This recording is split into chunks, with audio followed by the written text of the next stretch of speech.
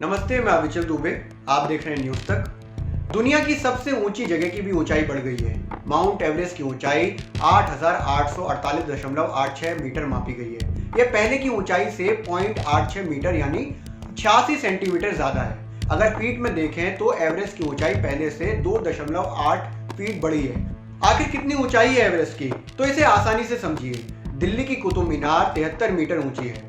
121 कुतुब मीनार एक के ऊपर खड़ी हो जाएंगी तब एवरेस्ट पर पहुंचा जा सकेगा। ऐसा अगर दुनिया की सबसे ऊंची मूर्ति स्टैच्यू ऑफ यूनिटी के साथ करें तो 36 स्टैच्यू ऑफ यूनिटी लगेंगी और 830 मीटर वाला बुर्ज खलीफा 10 से ज्यादा इस्तेमाल होंगे एवरेस्ट की हाइट पर पहुंचने के लिए।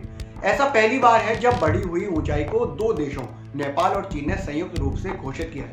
कारण है, इस बार नेपाल और चीन की अलग अलग सर्वे टीम ने समझौता करके ऊंचाई नापी है। अब तक चीन दुनिया भर में एवरेस्ट की घोषित ऊंचाई पर विश्वास नहीं करता था। साल 1954 में सर्वे ऑफ इंडिया ने एवरेस्ट की ऊंचाई 8,848 मीटर बताई थी, जो कल से पहले तक सर्वमान्य थी। लेकिन चीन एवरेस्ट की ऊंचाई इससे 4 मीटर कम बताता था। अब सवाल आता है कि एवरेस्ट को लेकर इतना कंफ्यूजन क्यों था। चलिए हम आपको क्लियर करते हैं। जिस चोटी को हम माउंट एवरेस्ट कहते हैं उसे नेपाल में सागरमाथा और तिब्बत में चोमोलोंगमा कहते हैं। एवरेस्ट दोनों ही देशों में फैला है, लेकिन इसकी चोटी नेपाल की सीमा पर है। साल 2015 में नेपाल में भयानक भूकंप आया। रिक्टर स्केल ने भूकंप की तीव्रता 7.8 बताई।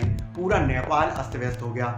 5 करोड़ साल पहले जिस हिमालय की उत्पत्ति कई भूकंपों से हुई, 2015 के भूकंप ने उसे ही बदल दिया। नेपाल सरकार और ऑक्सफोर्ड यूनिवर्सिटी के अर्थ साइंस प्रोफेसर माइक सियरले ने बताया था कि भूकंप से काठमांडू घाटी की उत्तरी पहाड़ियां, नॉर्थ पहाड़ियां 1 मीटर तक उठ गई हैं। दरअसल भूकंप आने का कारण होता है धरती के अंदर टेक्टोनिक प्लेटों का टकराना। ये प्लेट्स जमीन के 100 किलोमीटर से भी ज्यादा अंदर रहती हैं। वैज्ञानिक पहले से ही भौगोलिक घटनाओं के कारण हिमालय की ऊंचाई में बदलाव की बात कह रहे थे और फिर ये भूकंप आया और एवरेस्ट की ऊंचाई में बढ़ोतरी की बात सामने आने लगी। 2015 में नेपाल ने ऊंचाई नापने का फैसला किया और 2017 में मापने का काम भी शुरू कर दिया। इसके बाद चीन भी इस काम में लगा और बीते बरस 2019 में 13 अक्टूबर को नेपाल और चीन ने डेटा शेयर करना शुरू कर दिया। दोनों देशों ने अलग अलग सर्वे के जरिए नपाई की और अब साझा नतीजा पूरी दुनिया को बताया है। 2019 में हुए एक साझा समझौते पर नेपाल की राष्ट्रपति विद्या देवी भंडारी और चीनी राष्ट्रपति शी जिनपिंग ने सहमति जताते हुए काम को आगे बढ़ाया था।